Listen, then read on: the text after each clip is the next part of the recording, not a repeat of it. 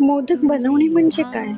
मग ते बाप्पाच्या प्रसादासाठी असो किंवा घरी खाण्यासाठी. मोदक बनवताना मन एकाग्र असावं लागतं. मोदक बनवणे म्हणजे काय?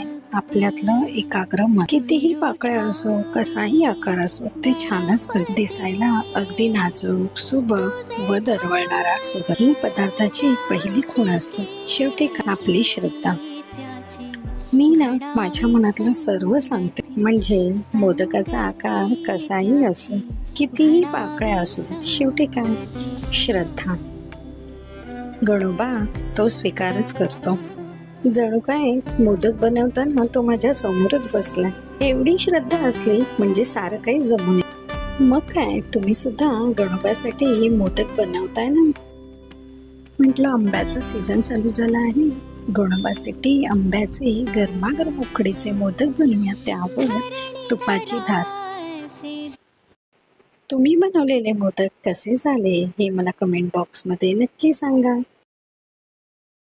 अशाच नवनवीन रेसिपीज पुन्हा भेटू.